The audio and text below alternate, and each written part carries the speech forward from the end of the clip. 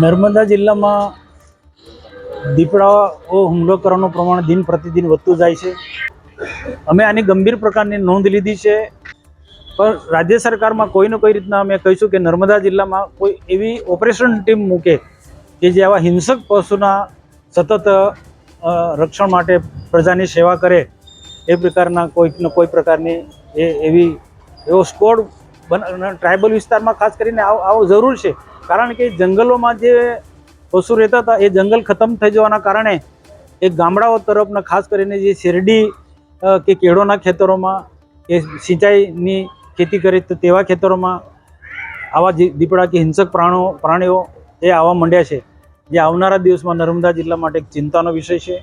આ પ્રકારની જે સ્થિતિ છે એમાંથી નર્મદા જિલ્લાને અમે બહાર લાવવા માટે બધા જ પ્રયત્નો કરી રહ્યા છીએ.